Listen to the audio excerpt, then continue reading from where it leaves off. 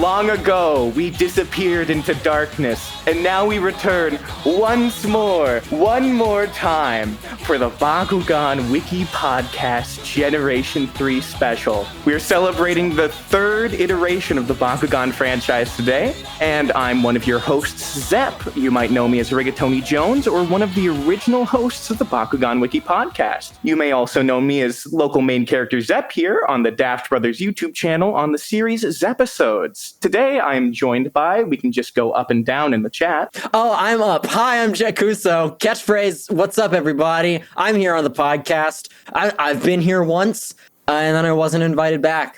So I'm here for conversational revenge where I talk too much. Wait, we've had you before? Yes! I have been on an episode. I don't remember anything. I was in high school. Hey, what's up, guys? It's Lamar Devante, and I'm actually doing something on YouTube again. Thanks for having me, Zep/Rigatoni/ one of the brothers of the Daft Brothers. It's nice to be back. You guys might also know me as Hato, and the guy who started leaking stuff for Bakugan Battle Plan first and got Spin Master upset. That's pretty much my legacy in the Bakugan community. That was you! I remember the mystery from so long ago, and I stopped paying attention before I found out who it was. That's one thing I can never forget from that era, though. Those adventures will be explained another time. That's a podcast in and of itself. Hello, I'm A2, ABCE2. My friends call me Duck, or Duck septupled because I had to choose a Discord username. I'm what I guess you could call the head admin of the Bakugan.wiki, independent Bakugan Wiki, if you to call me that. I've been with this franchise since about 2008 when I first went over to my friend's house and discovered he had some really cool transforming marbles. So I'm excited to be here and talk about it with everyone. I'm excited to have you here too. An absolute hero, a queen to the community for everything that you do for the wiki. Just genuinely, it's amazing. Carries the community. You are the atlas in which the entire Bakugan world is carried. Mm-hmm. It's certainly not Spin Master. Speaking of which, recently... Nice segue. Recently, Gen 3 has been revealed. So they revealed it, as in product started leaking, a website link got out early, and now they've been releasing YouTube videos on that titular website vaguely talking about details of the series, even though investor reports said it should have been coming out around fall. It debuted at Smith's, which is a toy store in the UK, also famous for having the UK exclusive Zoobles reboot that never went anywhere. Oh, right. Unfortunately, they were cool toys. Damn. So, what do we think about those YouTube videos? I don't have anything to do about them, and that makes me feel bad about it. I am not presently doing any work for Spin Master, unlike many of the unboxings I did for some of the previous seasons on the official channel. I am currently out of the loop. I know no more than anyone else. How does it feel to be a mortal man? You know what? I think the new unboxings are great, and I think the person running the channel seems like they would be great to work with, and that's what you say if you want to keep your job in the industry. Okay. I was going to say, do we want to break these down into the unboxings versus the show clips, or do we want to just tackle everything all together? Let's start with the unboxings. That's a less controversial sphere, I think. My favorite part of it is how whoever's recording doesn't know the name of any of the Bakugan, so they're overdubbed in afterwards. True. So I've been dissecting the audio of this. It's so weird because they speed up certain things to make sure it matches the pace of the video, which I think had to be recorded at a later date, or they didn't ADR over it or anything. These two parts were completely separate. The person, I can tell how they're delivering the lines. They were just handed the lines, and they've they've been cold reading it. You can tell because in the middle of sentences they realize where the line is going, and I'm not sure how many takes they were allowed to do. I can tell who wrote the script because I know his style. They're trying their best to deliver the lines in a way that is not, and I hate to use the word, cringe, and I think they're doing their best job. It's very cute. I wish them the best of luck. It's so fortunate that there aren't comments on kids' YouTube channels. It's so good that that's not the case anymore. Oh, God. Hato, do you have any thoughts? Yeah, I definitely think it's an interesting first introduction to Generation 3. Maybe start paying more than $5 on a certain website of the same name. Fiverr, by the way. We're not sponsored. We cannot say this. Oh, so I'm not allowed to say this? Oh, my bad. That's a joke. It's a Josh. It's a joof. Straight jorfing you. I think they need to go back to their previous editing style. As we saw, they did it right with Jack Kuso. Shout out to our guest here. I edited every single one of those myself, for the I record. could tell. Every single one. Every second, handcrafted, artisanal for you. Thank you. See, that's the effort we appreciate. I do wish that the unboxings have been of the kind of same style that we previously got when we had Ventus Night previously. Yeah. Rest in peace to our favorite guy. And also Jack Kuso, obviously. I just wish we kind of had that unboxing style going into this. But I guess we'll see how it goes. I know this is the first time, and maybe they'll start taking some community feedback into account, given that they actually don't have a community manager anymore. Rest in peace, Ventus Night, once more. Yeah. So, Kiss, kiss. yeah. Kiss, kiss, fall in love. I miss him already. Sometimes it feels like he's still with us. I was thinking about the Oron opening right before this. How did you know? I'm in your walls. Oh, God. No, I agree. I mean, there's a level of I don't want to pat my own back here, and I'm really not, because this is something that Ventus Night brought to things as well. A level of effort to understand the appeal of any particular product that is missing. It's very surface. It's very sort of talking points. Though, I mean, finding someone who can make content, who can do the technical elements of it at a professional level, and who also has the knowledge, is very, very, very difficult. So I can't hold it against them too much. Though it is a shame, because even just as a fan and as a consumer, I like to see that. I like to see a bit more than like kind of a close up on the Trox, and hear the voiceovers. They're like, look at it, he's got a head, and oh, look at his tail, And that's it. and that's it. We're done. Content.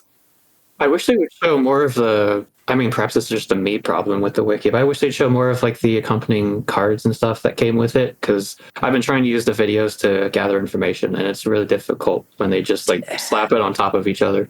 I haven't watched actually the special attack one yet. Did they show any of the? Because I know they went through like the main like top part cards for the cores, but did they show anything for the special attacks? I think they did. I think we already had most of the cards from community members. But I was looking at trying to figure out the gate cards, and it's really difficult because they don't show them. But that's a minor part, I guess. I don't know. I just know that Trox has huge green power. Oh god! Okay. His green power is off the charts, man.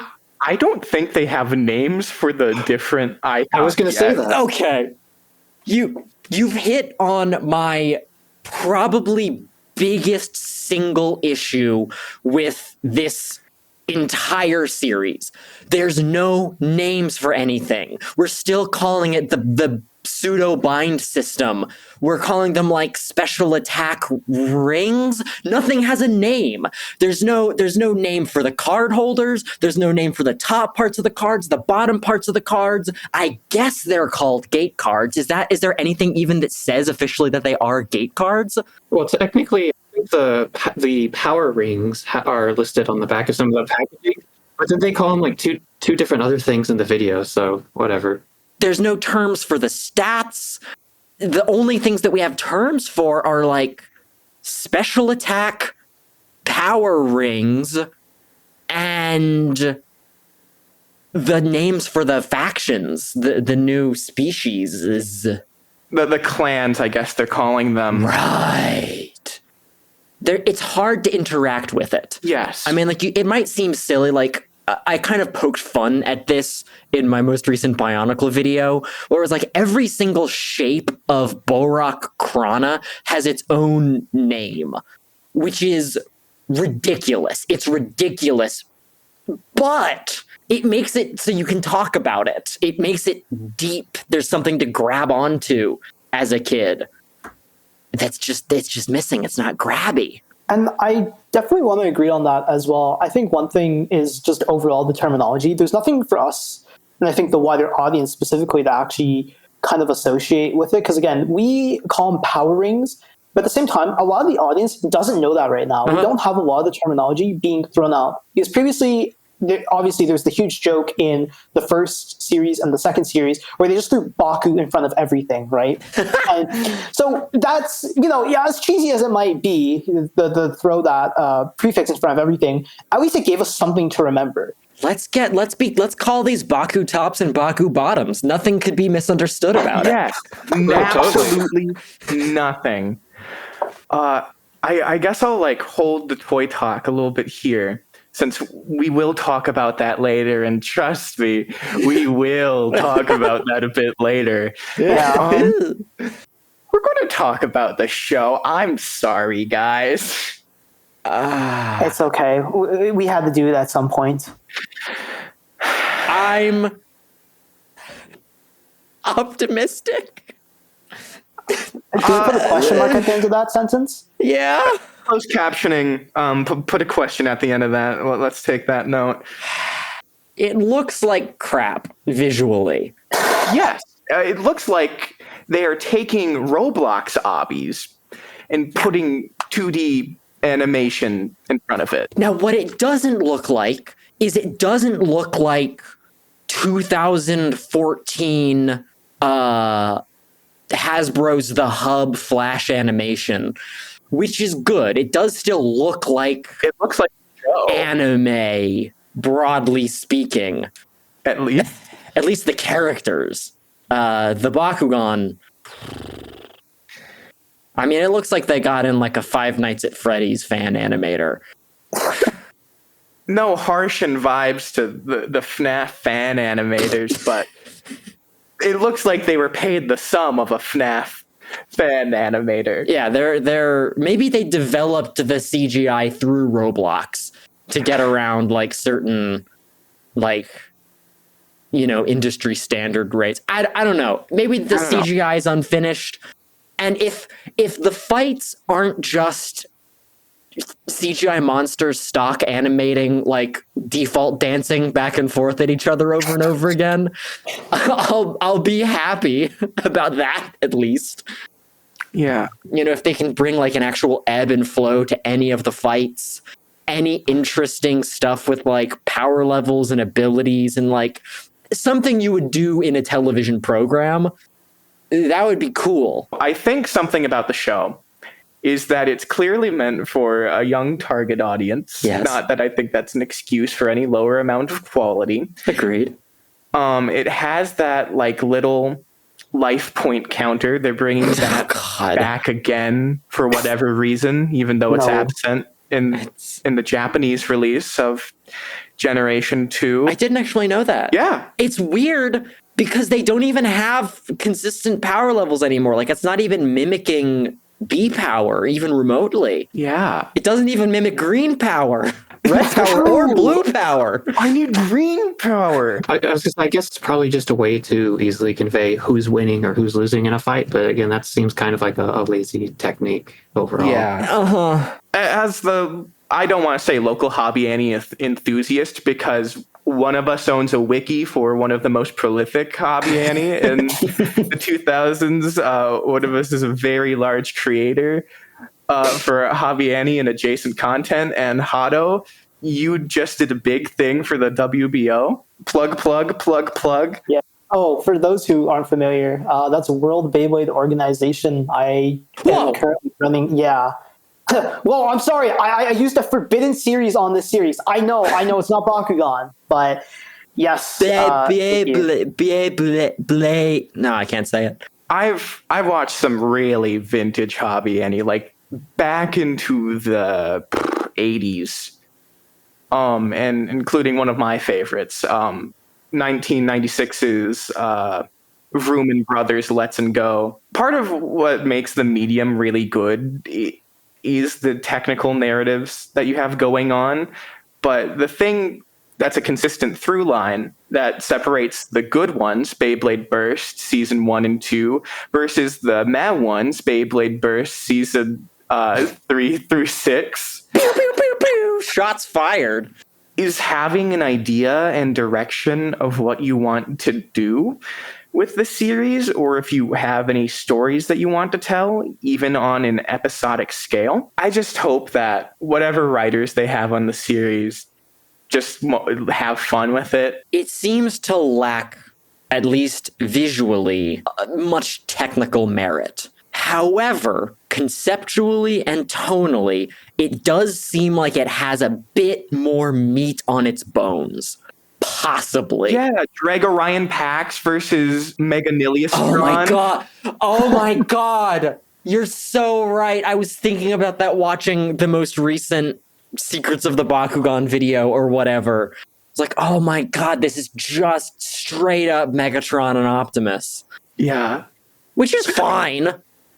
I don't mind it being derivative. I've watched today before we did this, I went through a few of those behind the Bakugan or whatever and rewatched them because it'd been a couple of weeks. And I feel like the premise is, for what it's worth, I'm not saying it is expected to be high art or anything, but the premise of like, oh, they had a big war, they had a big war machine that transported them over here, and now they're essentially political refugees. That could be interesting. But like for a kid show, content kept in mind.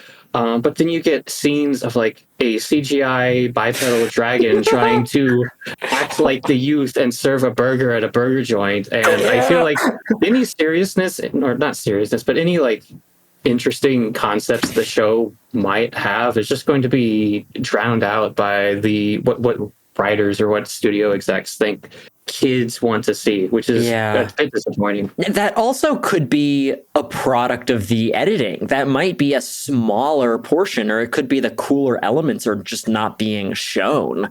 Because you can have a show that's well thought out that has some dumb as hell stuff in it. Like Avatar. I love Avatar, and its goofy moments are the best. I'm also here to defend the Dragonoid burger scene. Go ahead. I just want the direction that scene is brought about of these Bakugan are now human-sized. They're not like giant kaiju until you like hyper bond with them or whatever. It's interesting. And I just want a series to ask the question, what if Bakugan had to pay rent because they're people-sized? Yo. I mean, they do, right? There's no way that they're like being government subsidized. Like, because they're people-sized, they're civilized. It's not like they can just live in the wild. Do they have to pay rent if they're not with a brawler? I was going to say, the two places this show could potentially be set are America and Japan, and neither is going to pay rent, especially not for immigrants. I mean, we saw them like calmly in a line boarding a bus. Do they have to pay bus fares? Do they have to pay healthcare? Like, literally, Bakugan have to grocery shop, I think. District 9. District 9. District 9, yeah. I think one show in the future will take that concept and make it really good and really funny. I don't think Bakugan is the one to do that, but if it is, I'll buy everything. I'll put down all of my money and I'll buy everything. That's just what I'll say. I think it's going to be interesting, kind of looking at the more real-world elements of it. I think they are really going to fumble that because when it's episodic, as we saw, they kind of did fumble quite a bit with Battle Planet, and especially later on.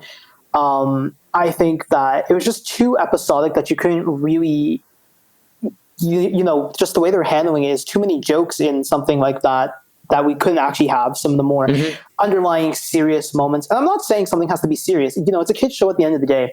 But it feels like a waste to start introducing some really interesting concepts that you could actually build on and not do anything. One of the things that I think is interesting is the presence of actual law enforcement here. So potential police state and Bakugan is something they are kind of harping on a bit in some of the videos. Like they had a video that was named something like, alert, report children pairing with Bakugan.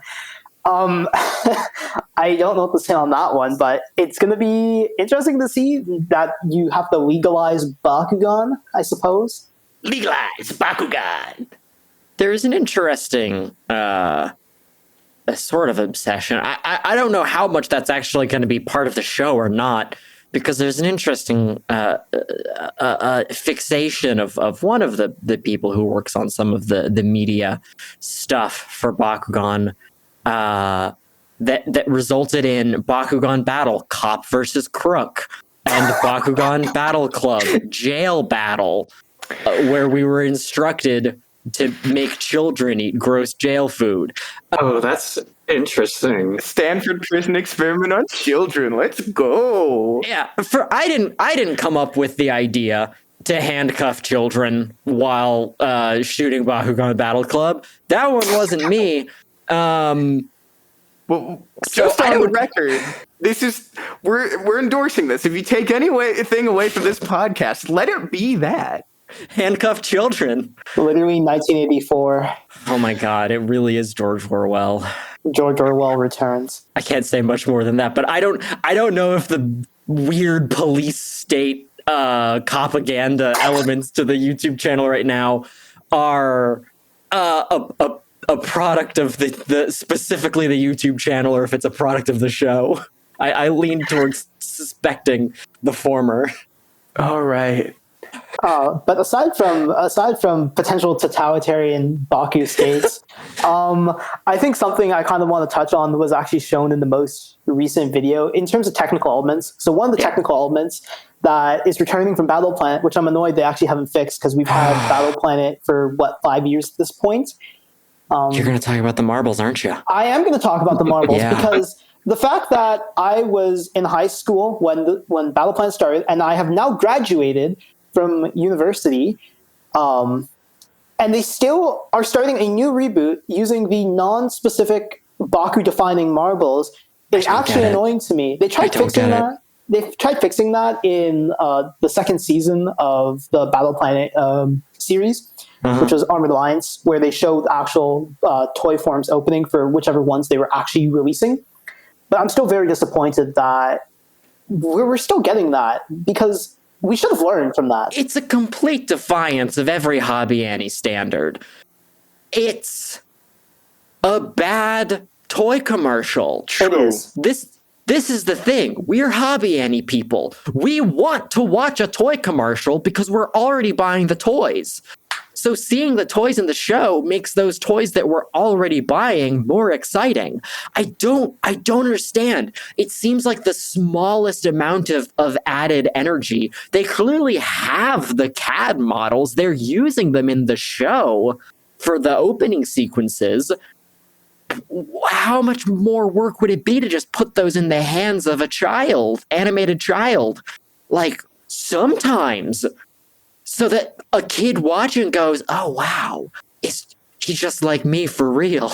Just like me for real. I could buy that in stores and be Juno from Bakugan. At least there's women. At least there are women. Thank Christ. There are multiple women in the program. Oh God. I'm glad that we have that, but I will say, and this is not to put on any nostalgia goggles or whatever you want to call those, but I think that they're really lacking some of the things that made Bakugan, and this is something that I think I'm going to bring up even with the toys.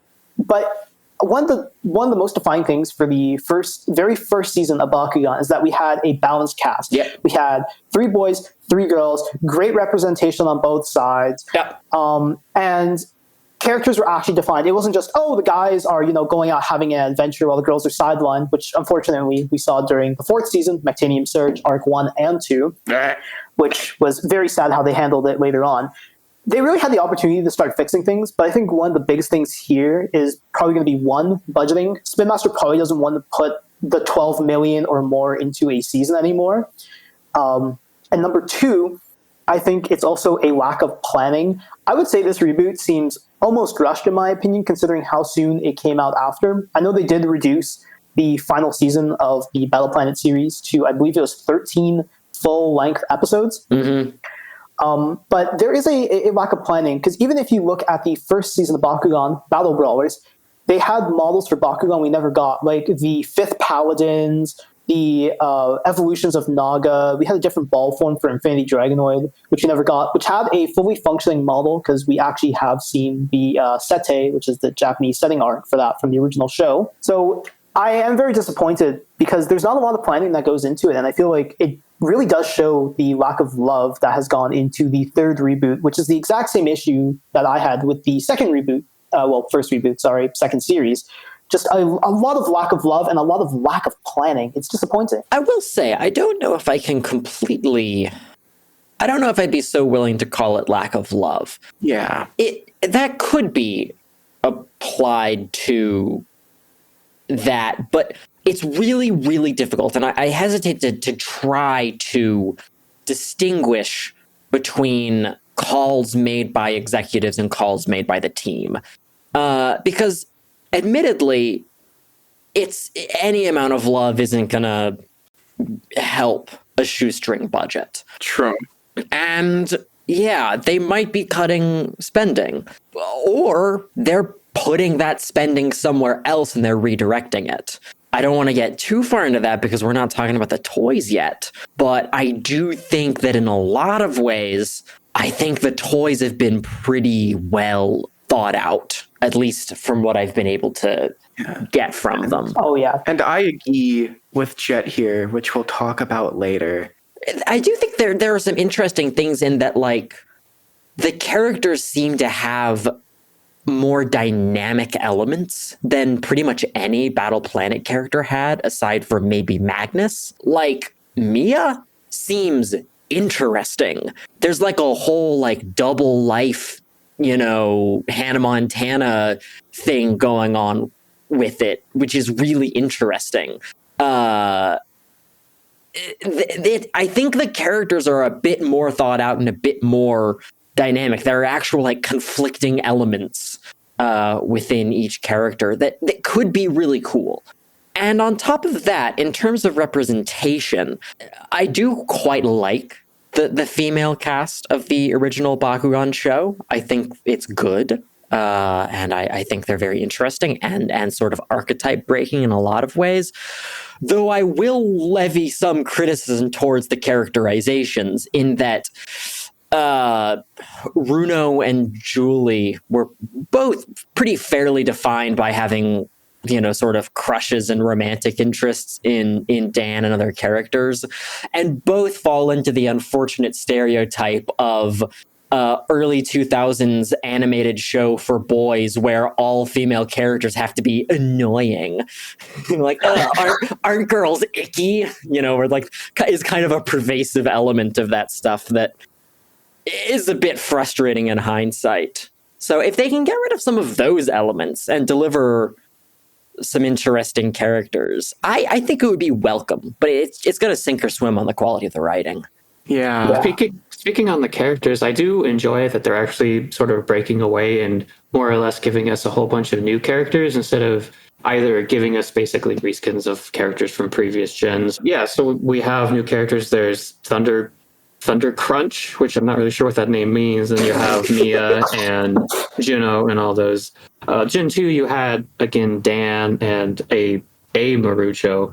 But honestly, I think it would be great if there was a Bakugan series that basically just said, hey, we know you guys, or the fan base in tentative terms, loves Dragonoids, loves Dan, loves him being Pirates, loves him being this and that, but trying something different with new characters and new scenarios and new sets as opposed to. I honestly think Dan in Gen 3 is the most uninteresting character because we've seen him 2 other times already in the exact same situation. Oh man, though, Gen 2 Dan was an empty corn husk of an entity. They are essentially cargo culting the series at this point. I'm not familiar with the term. So it's essentially, if we just do XYZ, it'll like work without understanding the reasons why they worked. As long as they have a red guy named Dan with a red guy named Dragonoid and some guy with an evil dragon of darkness, it'll turn out is essentially their MO for the series. Yeah. It's also possible. What if this show has like 24-minute episodes? It could be longer episodes, and it could be semi-serialized because it is not within the constraints of Cartoon Network. Well, I think that would be interesting to see because I think that it is possible to write 12-minute episodes. I think we've seen a few shows which have done that. One that automatically comes to mind is going to be Steven Universe. But I think in terms of actually trying to world build and do some story, I think that's a good example. There's other things that we've seen which were 12 minutes, which I think a regular show was also a 12-minute one. So we've seen both sides of it where you want a story build or you want to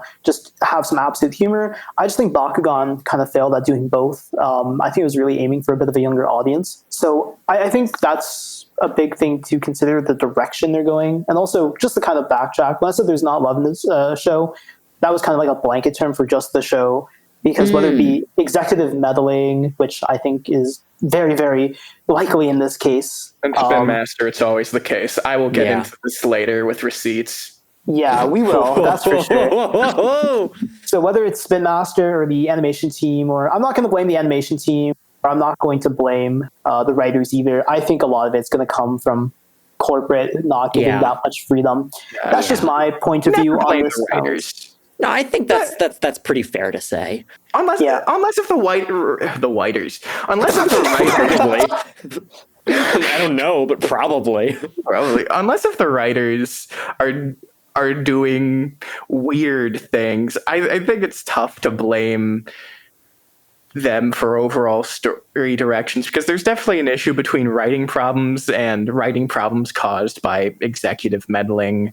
I'm so sad to do this. We were having such a good conversation about it, and we're getting really deep in there, and we're sharing a lot of interesting like critiques and insights. Anyways, how about the presentation of these show trailers? Oh God.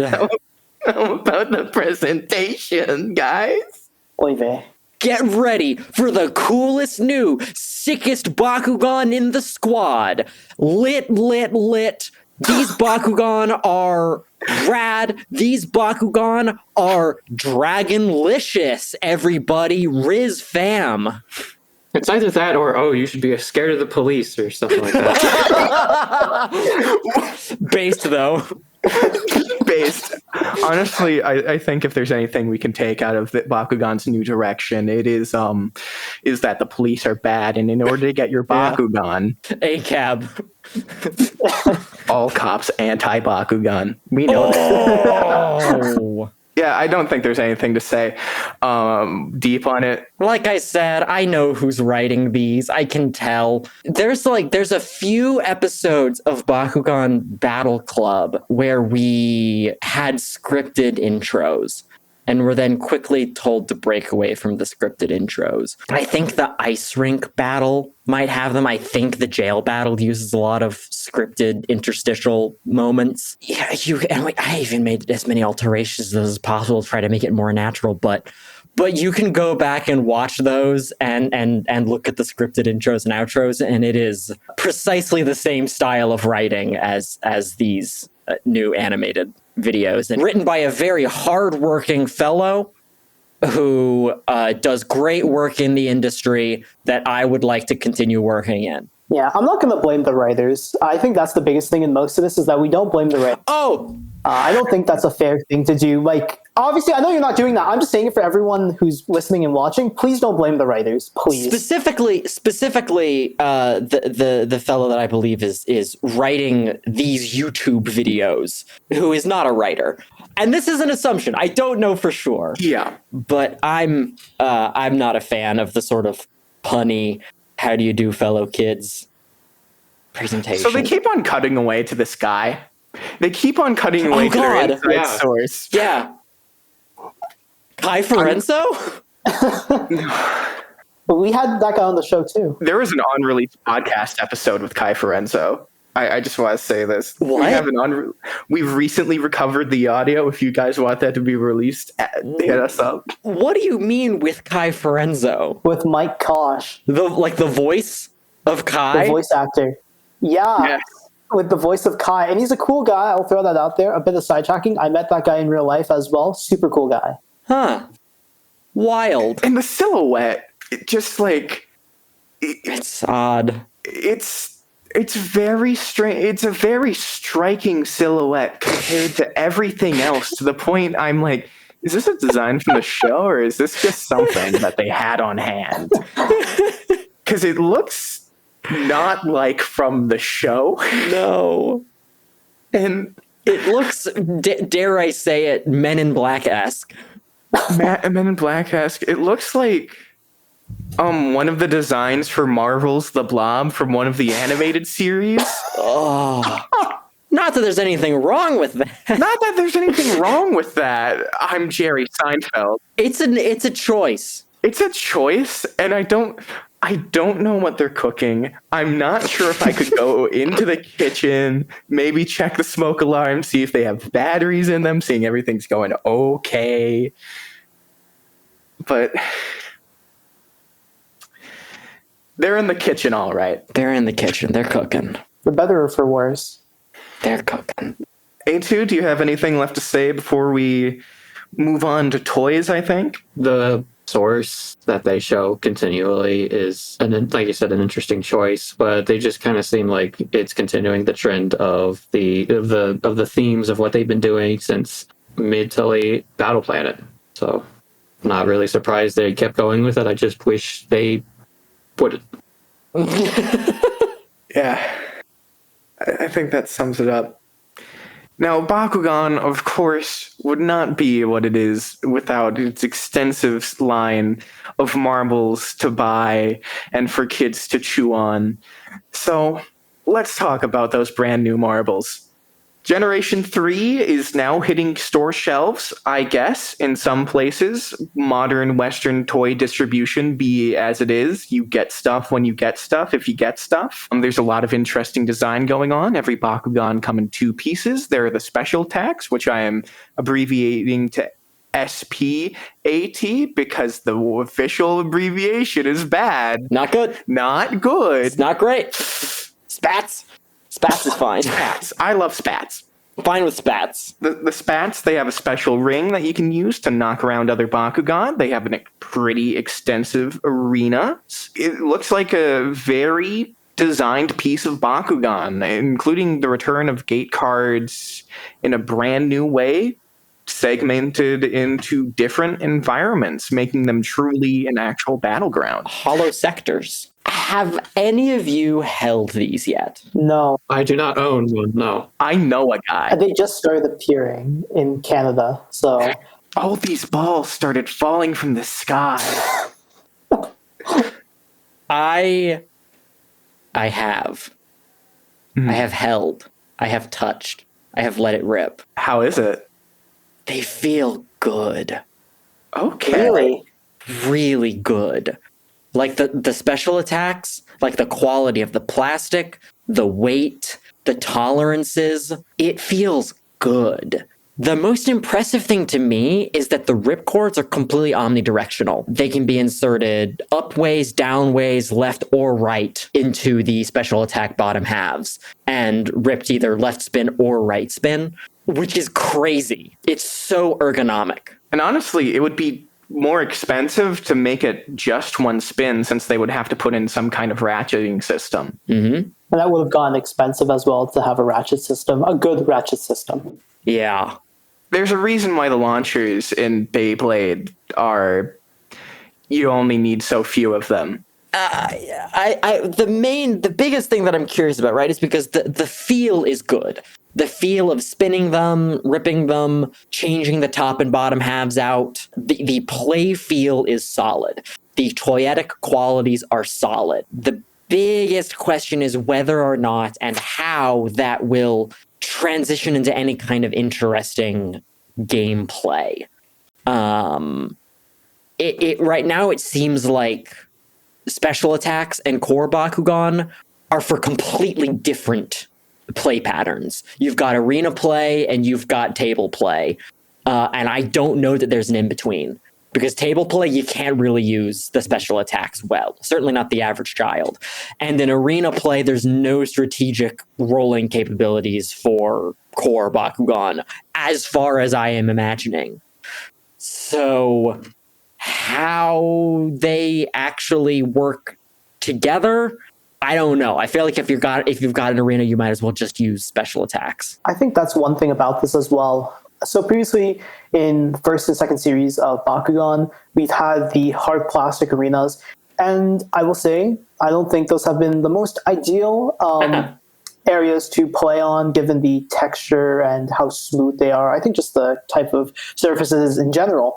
I think this is one where you would actually benefit a lot more from having an arena, and I will make some comparisons in here that are relevant, but just like Beyblade, I feel like this is kind of one where it's like, yeah, an arena is definitely going to help you in a scenario like this to keep these spinners within a certain parameter.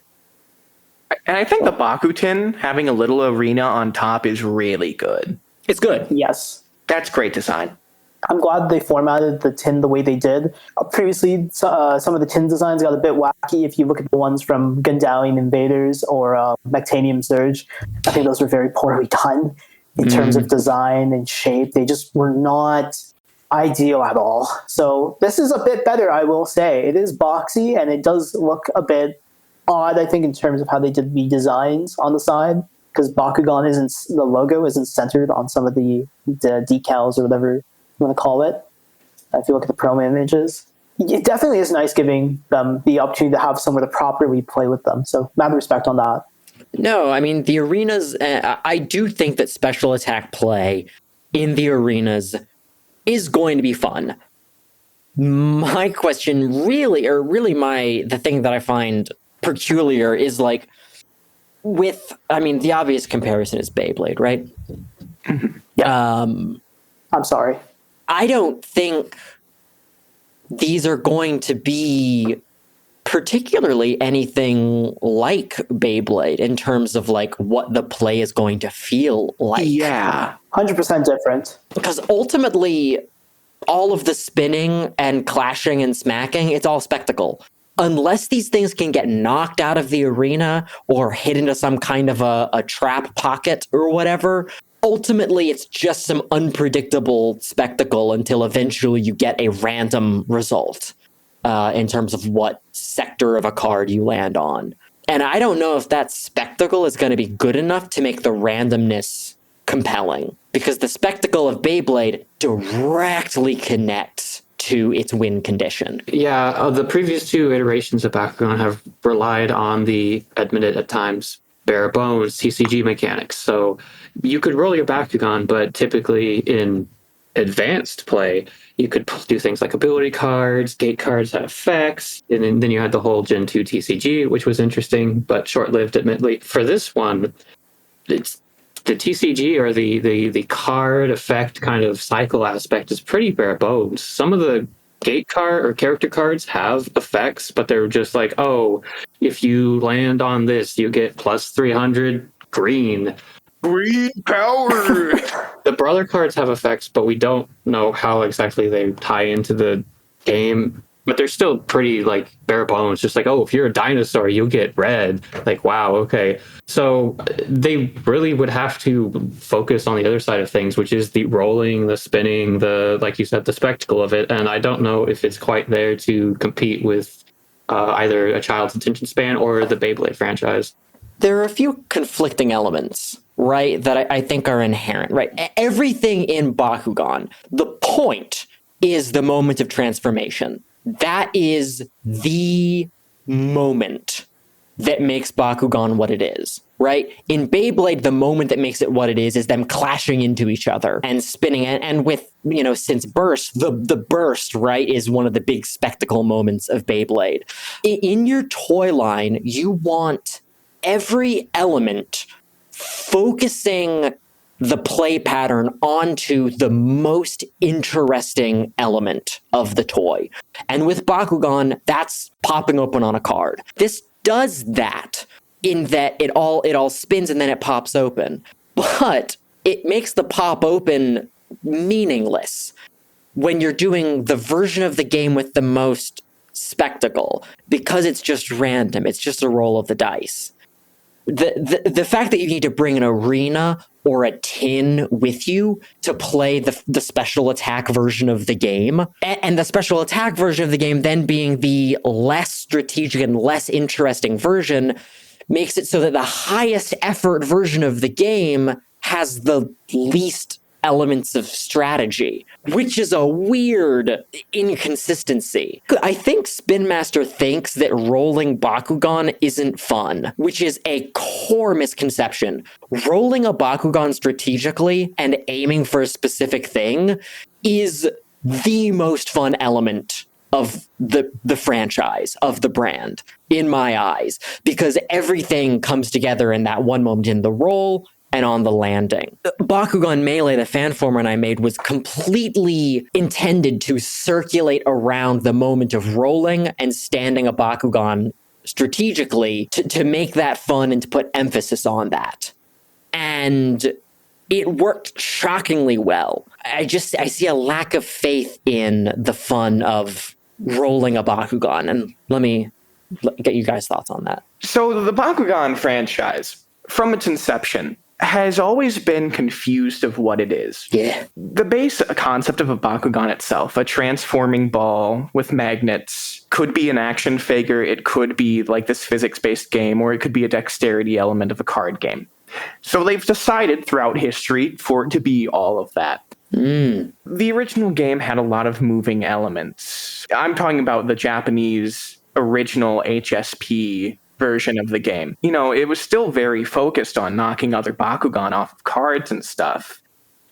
But there's also card game elements until they eventually released ability cards to tie in with the anime, which were mostly just imports of anime ability cards with anime screenshots. But none of the Bakugan really had gimmicks that would go for making it easier to knock other Bakugan off cards, sans like Juggernaut/Juggernaut having that weighted bottom, or the ones with metal rings. They were pretty much uniform performance-wise. Yeah. Like marbles.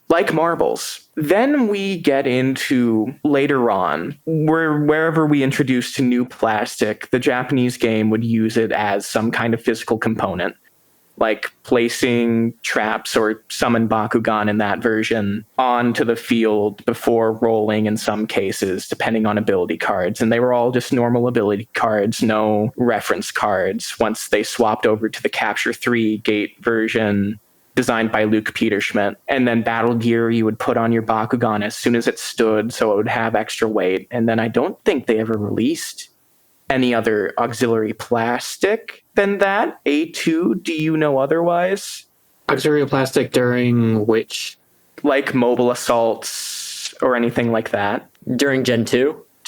During Gen 1 in Japan. Oh, in Japan? I can't really think of anything off the top of my head. I know they had a trap that was unique to Bakutech.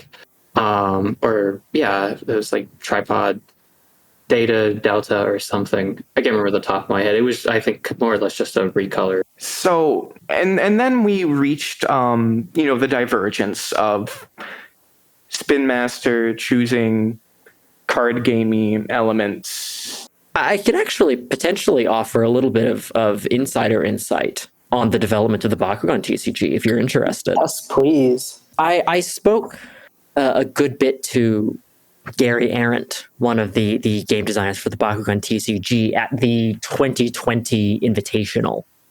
Or I guess it was the 2019 Invitational. Yeah, that was then all that video was released in 2020. Anyway, we were all at dinner and I noticed him drinking. He was about 2-3 beers deep. And I was like, all right, I'm going to go talk to Gary and get some secrets. Girl bossing. I went over and we talked for a long time. And he told a story about when he and Justin Gary first were brought in to pitch a new Bakugan card game. Their original format for the game was sort of a resource miniatures game where you roll out the Bakugan, and then once the Bakugan is on the field, you're able to kind of move it around to different areas and collect things and get stuff. He said he was very proud of that game, but the contention of one of the Spin Master high executives was that you only roll out the Bakugan like once, and that rolling the Bakugan is the cool part of the whole thing. And so they went back to the drawing board and designed a game specifically around rolling a Bakugan every turn, making the result of that roll highly circumstantial towards what happens next, and then rinse and repeat so that you are constantly cycling through the different toys, using all of the stuff that you've brought. And I think that focus on rolling and transformation is what made the Bakugan TCG so strong, because I think that was probably the most focused the game design has ever been on that element. That's really interesting. The miniatures concept. That's wild. That's wild. I think that the most important element of that is that the rolling has to be circumstantial. It has to mean something for it to be exciting. If you can make it exciting and have consequences, good or bad, that's where I think you hit the magic that some previous iterations have hit. Sort of combining some of the things that have been mentioned before, I think it's important also to have players make a decision, because at this point, like you said, if you just kind of throw it out and maybe it lands on red, maybe it lands on green, like you can kind of like decide, oh, maybe I'll try and land on this card because it's got 2 reds and 1 green and I have a low blue, which is like the other cards. But again, looking back at previous, the TCG is probably the most naked example of this, of just being like, okay, I'm going to strategize this kind of deck. And even Gen 1 had, okay, I'm going to land on this card, this gate card, or use this Bakugan with this combination. It just feels very bare bones, even when compared to the earlier generations. Decision making is a great point. That is the other element, is ultimately Bakugan is a game with both skill and decision making.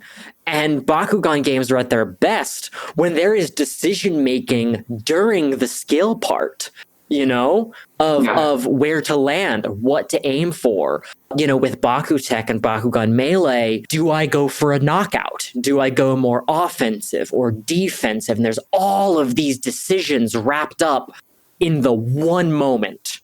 It's like the classic anime thing where it's like, it all rests on this one moment.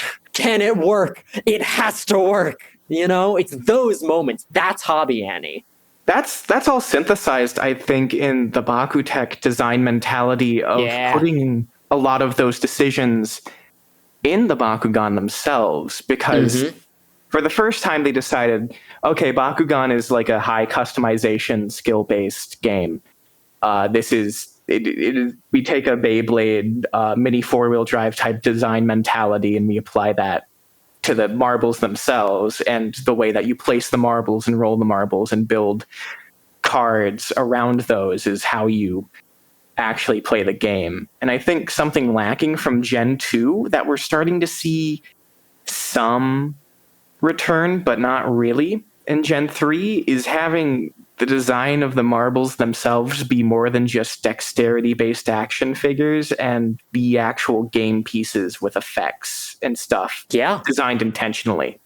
Very much so. No, I mean, and that's the thing, right? Gen 3, I think this is maybe my pervading thought about the whole thing and the way the toy line is designed. It has the potential to be the most toyetic iteration of Bakugan.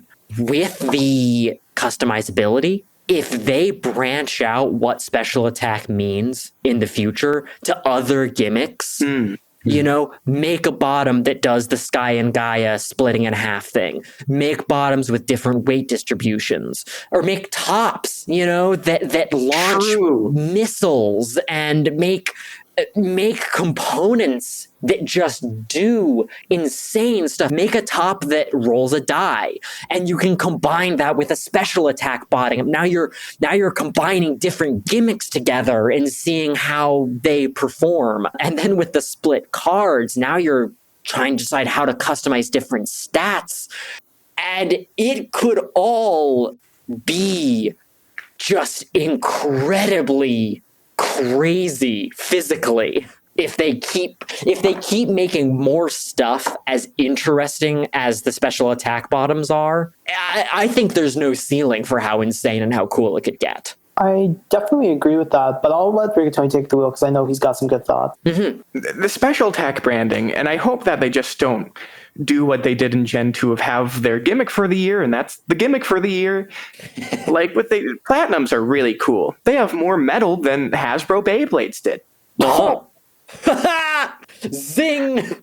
That hurt. And they were really neat. They may have just been the standard molds filled with metal, but I think they were neat. It felt like you were making a choice when you decided to use a platinum instead of something else. Whereas the only other gimmick that we got that felt meaningful to how you roll Bakugan was Ultras. Because they jumped, it's impossible for that not to affect the way that stuff rolls.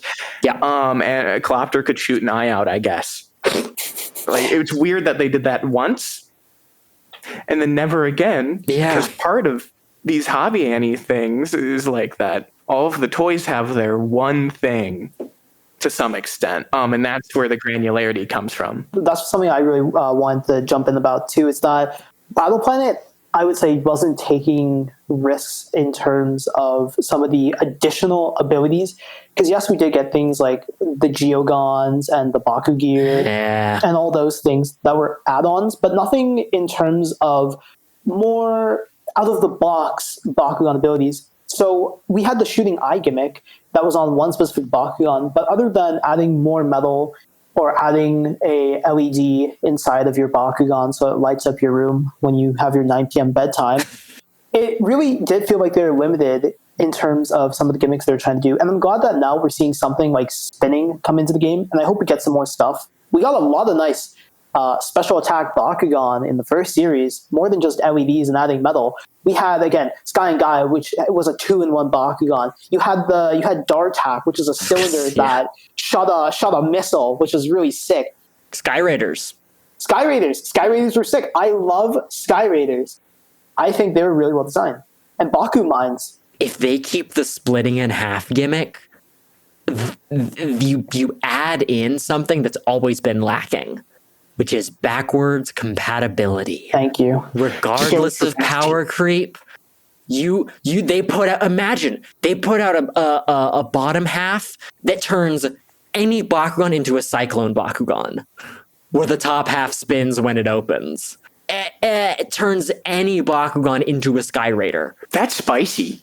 I would love to see something like that. I would love to see them kind of expand outside the box. They have a lot of potential, especially now, beginning of this. Yeah. I think we'll probably start seeing all that come, second season and afterwards. So yeah, I really do love those ideas that you brought up as well. I think it would be great to see, the Bakugan kind of push itself more to its mechanical and design limits. Without I think the limitations that were kind of set by trying to make a cohesive TCG game, there's no limitation. They can go as wacky and insane as they're willing to take it. And I think they want to. It seems that way to me. But, as is with other Spin Master franchises that I may or may not have receipts for, the people working on the product itself, on the product floor, or on the designing floor, they have really cool, crazy ideas that they want to use and test out that get shot down by higher-ups. There is a doll line in Spin Master called Mermaid High, and the designers were originally going for this very unique, I guess for a lack of better term, anime type design that wasn't really common in American dolls at the time. That probably would have made waves. Tee-hee, ha-ha. that the Spin Master execs said, actually, no. Could you make them for like babies? Could you make them baby dolls for like babies, actually? And hired an entire new designer who then went in and said, guys, I really love your stuff. I'm so sorry that I'm going to have to redesign it. And then the line came out and no one bought it because it wasn't unique at all and it was super safe and watered down. And that's essentially been happening to all of their franchises for all of times behind the scene, apparently. Interesting. I have an interesting counterexample. It doesn't really come into direct conflict with that, but another thing that I learned when I was talking to Gary Arendt, he was talking about designing Redikai with Justin Gary. Spin Master's previous attempt to launch a card game prior to the Bakugan TCG. They were brought in to design a game for the gimmick that they had come up with, which was, of course, lenticular clear plastic cards. Gary Arendt at the time told Spin Master, and this is paraphrased, may not be accurate, I don't know, this is to my best recollection, told them all of the issues with that, like that's going to be insanely expensive. And I don't know how you're going to make this cost effective enough to appeal to a TCG market with how crazy that gimmick is. And the exact quote that I heard from Gary was, he was told, we have engineers for that. Which is hilarious to me. Because it ended up being completely correct that no amount of engineering can make plastic lenticular cards cost effective. And the toy line, of course, fell through. Maybe there's budget things, but I don't know. I mean, the special attacks are pretty freaking crazy. And I hope they stay crazy. I hope they get insane even. I really do. So I have a question for all three of you. Okay. Hello. Design-wise, how do you feel about the clan system as opposed to their previous attribute faction system? Because previously they had more nebulous concepts like earth, air, fire, water, that kind of stuff, darkness, light. And though they did stick to some sort of stereotypes a lot of the time, you seem to probably have a lot of flexibility with that. With Gen 3, you have things like insect, avian, aquatic, and I feel like though it may cover a lot of ground, and we have seen some things, quote unquote, break the mold, like a spider in the insect clan. I don't know how, like, if you wanted to do something completely different, like, where would you fit that in? Where would you stick that, really? I think they have the opportunity to add new ones as they go on. Yeah, because true. They're not tied to, like, here's a list of things that you can have on a gate card. True. So they've really opened up design space of if they want to add an Eldritch Monsters clan like they did in a Chaotic, for example, when they did that. Yes. They're free to like do like, oh no, a third clan of Bakugan from another dimension have come in. Guy clan. It's just a clan of normal guys. Hi, I'm David. I turn into Big David when I'm bonded with a human child. Let's have a nice fight. I'm Big Debbie, and here's my human Little Debbie. Hi, I'm Little Debbie. That's what she sounds like. It's true. This is all canon. No, you're right. That's a great point, because Pokemon has never been limited by their types, which are like elemental, but certainly they're, like you said, like there's no gate card attribute, so they could add any type of creature they want. I hope that we get backwards compatibility with something like that, and I'm sure we will to some degree at least. I just hope it's also something that carries forward, that they don't plan on making it obsolete by the next generation, which is something we kind of saw with, I'd say, arguably Gen 1. You know, they'd start supporting the new gimmick more than the previous and then drop all support for a previous one. Yeah. There's no place for it in the game. So I'm hoping we get something like that. Yeah. It adds a lot of interesting opportunity. I think it also helps based on card design. And I think, I will actually drop some information for a broader audience soon regarding cards, if that's okay with the host over here, one of the Daft brothers. Yeah, pop off. All right. Well, I guess I'll post in. I'm going to post images. Could add that into the video, and anyone listening to this, well, hopefully you find these images. But pretty much, this reminds me of the original concept that they were going for. I know we've spoken a bit about core identity, but based on the fact that we used to have hollow sector points and things like that, I think it adds a lot of elements to be based on the very original Bakugan. Pre-Bakugan, what is known as just Battle Brawlers. I believe this was like around 2003. So we have a lot of elements like this that we never publicly saw, but were ingrained within the game. And I feel like they're bringing back these elements, including the arena and the whole thing of being within a territory and not just a card, because that's what it is. It's like territories when you put the different cards together. That's true. The arena does actually kind of look like this old school, like miniature Highway 35 nonsense thing. You know what I find interesting about the new setup of the gate cards and the fact that it's not tied to attributes anymore, and they can essentially pop off with whatever they want to instead of sticking to the same 6 colors that they always do? Yeah.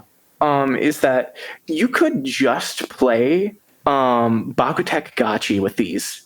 Oh, yeah, true. Okay. For those who don't know, Bakutek Gachi is a spin-off side game of the Bakugan series that had a timed element that included closing the Bakugan in time to roll it as one of the skill elements. Yeah. I've played it quite a bit, actually. I kind of wish that the game design was more like that because I think it would be really fun, but there's room to focus on more toy design stuff like that. Mm-hmm. And for people, obviously, since there's not going to be sanctioned play for this generation, I think we can look and see to experiment with previous eras of Bakugan, and for them to also just say, hey, here's a new game you can play with the game pieces that you already have, even though that would run into some kind of issue of what's the official way to play.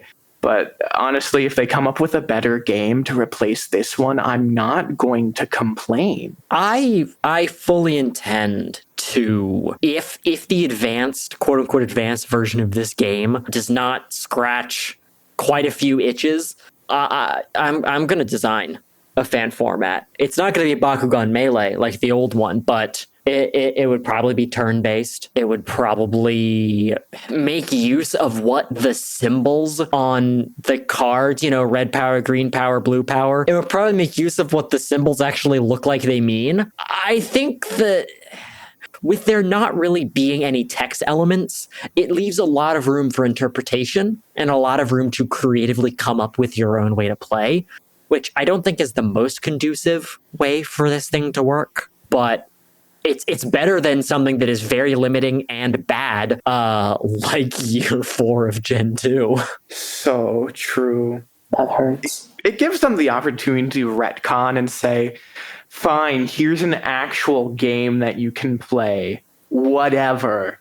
Mm-hmm. Or just to do more with the playsets, I'm glad that we're just getting Zubul playsets for Bakugan. This is the greatest innovation. Finally. This is the greatest innovation of all time. Yeah, I'm still waiting for the little treehouse playsets for my Bakugan, but I digress. This is for real, for real. For real, for real. This put on ironically. He's just like me. He's just like me. Hey, too, you've seen a lot. You've seen a lot of Bakugan in your day. I've seen a lot of horrors, yes. What are your hopes, or what are your thoughts on what you can do with these gameplay elements we've been shown? Or what do you think of the clan faction, since you brought up the question? I was thinking, and I do agree with how people have mentioned that, you can add a clan, or perhaps even just go wild, just say, oh yeah, that thing's a bug, sure, yeah, whatever. As per the game, I think there'd have to be some yet unidentified gameplay element for me to be interested in it personally. I'm not personally interested, or I haven't tried the product, so I can't really speak for sure. I'm not personally interested in you hit red, you get red. That seems kind of simple and not fun for me. And then what we know of existing without knowledge of the advanced rules, what we know of existing, like the brawler cards and stuff, still doesn't really pique my personal interest. I think if you assign meaning to each of the symbols, make the rolling turn-based and strategic with lots of choice on aiming for different areas, and you create it so that the battlefield can sort of develop with the placement of new gate cards, I think you have the makings of something quite interesting, right? Because if green means speed and red means health and blue means attack, all of a sudden you have an actual system. And I find it hard to imagine that the advanced version of the game doesn't work that way. I find it hard to imagine that these brawler cards are just built around adding a little bit of an extra stat boost to an otherwise random chance thing. I don't know. I got questions for these people. I fully believe that they would pull they add stat bonuses and that's the advanced game. I would hope it's not to be the case. If they do add meaning to each of the different things, I think that would be really awesome, especially since the website only listed them as aggro, attack, speed, super, like stuff like that. Where's that coming from? I don't know that I've seen that. Oh, so I saw the website early. What? It was in a very unfinished state. In fact, I have a theory that it wasn't supposed to come out this early, and they've been rushing to get it done. Oh. And the Smiths thing and the distribution thing was actually a mistake, and they've been rushing everything out. Although that doesn't seem too perfect of a theory, but I think Game Over covered the site, and then they immediately took it all down, which was sad, because I liked privately looking at it and knowing that if this ever became public, then we would not be able to view it and document this process. And then someone found it and made it public and then viewed and documented this process. They didn't hide the sitemap, so it's the same thing as that happened last time of seeing the site early. So there were names listed for the stats. Yes. Huh. But none of them were definite. Right. Yeah, it seems like almost, I want to say placeholders. So I'm hoping we find out more, because it's going to be interesting to see how it's supposed to work. And just like we had the format you created, Jet, which was great, and I wish I actually had the opportunity to play that at actual tournaments, I hope we can see something like that. I would hope to be able to get something like that going for this new stuff, because Bakugan Melee was fine 2-player. 4-player Bakugan Melee was like a transcendently fun party game experience. And I really hope we can bring in that kind of heat. Yeah, we need it. I mean, with the arenas having 4 entry points, I think they're encouraging multiplayer a lot. Oh, yeah. I also tried my hand at designing a Bakugan party game type thing, because I wanted to do a Bakugan underground tournament thing with a bunch of college students, because I think that would be really, really funny. I also did not trust them to learn any complicated rules. Uh-huh. So I boiled it down to essentially just a take turns, or not even take turns, roll Bakugan out at once to a centralized gate card from any generation. With any generation of Bakugan, there's a point system for critical KOs and whatever. It's very much, I imagine, drunk college kids playing this, and it would be easy to count like beer pong. Yeah. Pong. Focusing on a physical element is really important. And if the meaning of the 3 symbols, if any, is rock, paper, scissors, then I'm giving the Baku police a reason to arrest me. Uh-huh. Yeah. Uh-huh. We're on the same page here, Zep. Yeah. Yeah, I think there's so much opportunity with this for how they want to go. I think the community could probably create something interesting out of this as well. Yeah. So I think it's nice that we have a lot of options, official and not official so far. Also, it is a lot more of a game, considering they have the playsets and things like that too. So I think that's also going to make for an interesting mix in terms of how people enjoy with, if they want to spin it, if they just want to roll it down the little Baku slide, things like that. I think that is the advantage of something with a lot of strong toy elements, is sort of going deeper with it is a little bit implied. Like when there's a lot of elements that interact in different ways, the imagination goes wild. And that is what I think makes it a strong toy line, is that like the training sets go into the ramp and the different Bakugan connect with each other, and you start to get synergy, really is the term. Synergy between different elements of the toy line. And that is exciting to me. I hope to see what is essentially a Baku beat 'em on of releasing, like sets of core gameplay mechanics if they want to have these cool sets that are toys that exist that let you use your Bakugan in different ways. Yeah. I think that would be really neat to see. They can essentially go anywhere from this point on, up or down. I know where I want them to go. I'm here for the ride, man. I am here for the ride. I know not with which weapons Generation 3 of Bakugan will be fought, but I know that Generation 4 must be fought with a Japanese toy company at the head. Please, I need some actual designers on this. Yeah, that would be nice. I hope we have a better design philosophy overall. I will say currently with how they're doing it, I'm not the biggest fan. As for the special attacks, it's the top half, which is the Bakugan. And typically that just means the biggest transforming parts is going to be the head and then the arms or the wings. Yeah. Whatever type of monster it is. But then you have like the torso and then the limbs that are just very small, non-transforming. Like Drago just has a really small body and the legs overall, but it has the big wings and head. So I hope we do see a bit more transformation if they're focusing just on the top half of a Bakugan, because that bottom half is specifically reserved for the gyro and the magnets that surround it as well for when it tips over. Mm-hmm. So maybe we can get that as it progresses, maybe this year, maybe next.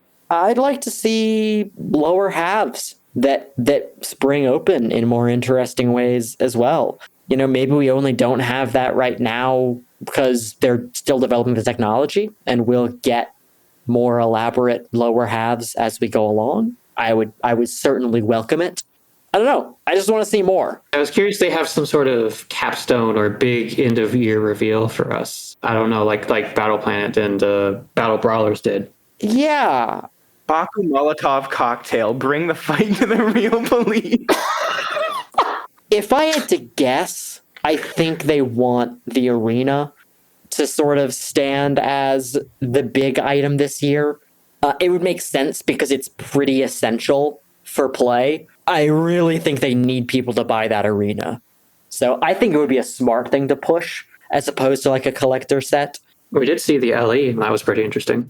Yeah. I'll take one. I'm still wondering on the distribution, because I know they recently did the on Instagram for that, and I think they gave away 10 recently. So I don't think they're going to appear at conventions like they previously did. We've seen them at MomoCon and City. I don't think we're going to see that going forward, which is how some of the LEs were previously distributed. It's going to be a journey to see how us as the average fan can obtain it. Yeah, us, the average fans. Oh, sorry, Jet. I know you're a bit better than us. My All apologies. four of us, No. the average fan.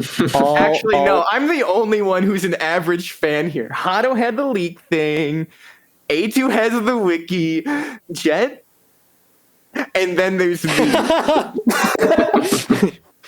But Zep, you're cool.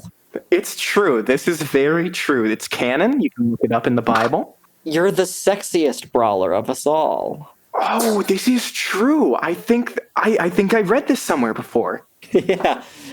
The sacred texts. Somewhere in the Baku Bible. But yeah, honestly, if we saw less of a focus on releasing every Gon in a bunch of different colors that are going to sit on store shelves for a very, really long time, because everyone only wants to collect the standard color of the Gon or a cool colorway, and saw that money and production shifted towards more arena sets or more cool, like, I don't want to say bigger things, but auxiliary little doodads that make you want to collect more of the stuff, which all seem to interconnect because, you can add those training sets to the arena itself. There's this big sense of everything clicking together, including the Bakugan themselves. So if they focus on that part of the franchise, I think we'll be in good hands. If not, I'm on Mr. Bones' wild ride for the next 3 to 5 years. I want to get on Mr. Bo's wild ride.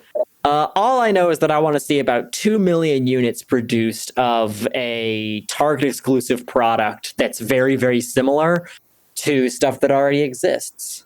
Yeah, I hope we don't get too much of the same repetition, because I will say that in my area at least, I didn't see some of those exclusives sell too well. There's a Walmart exclusive for the Nanogons that we recently got, and I can tell you that there was, I think, 3 or 4 dozen on the shelf at my local Walmart, and they didn't sell. They collected dust. So I hope they make good exclusives is a big thing here. I think they should do that again. I think the more dust, the better. I think they should start canceling other card games. I think if they can find a mascot that no one likes and then make a lot of toys of that, that would be cool. And I think everything should be AR augmented to Roblox. Oh, it's true. Yeah, the good old metaverse. I want some Bakugan NFTs, Baku FTs, I guess. True.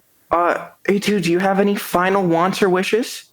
At this point, I don't have anything that I would realistically want out of the franchise right now. I'm more just sort of taking a backseat and sitting there recording it all very furiously in a website. That's why they call her Chronicler. They don't call me that. I don't know who told you that. I think not franchise, but the generation has potential, which is like the vaguest claim you could make, I know. But I feel like at the same breath, it could easily just tip over and go into just very low effort show, low effort game, low effort toys, and I will just have to maybe reconvene and figure out where we were right and where we were wrong at some point. Well, seethe, mauled, or cope, Bakugan Gen 3 is happening to all of us. Will you be along for the ride? I don't know. But there's a lot of promising things, as well as a lot of mysterious third-party sources that we're contacting for new information on the Bakugan television show. So, I think this has been Zep. This has been Hato / Lamar Devante / whatever name you might know me as, and my defunct YouTube channel. This has been Jet Kuso. And this has been A2, curator of the Bakugan.wiki fan site, and alas, but I am goofless. And this has been Bramablo, the new mascot of the Bakugan franchise. Have you ever wanted to buy a Bakugan that was a blender? Yes, Please. yes. I love you, Grimablo. 50 Grimablos. I need a deck of Grimablo. We know him, we love him. He's part of it now.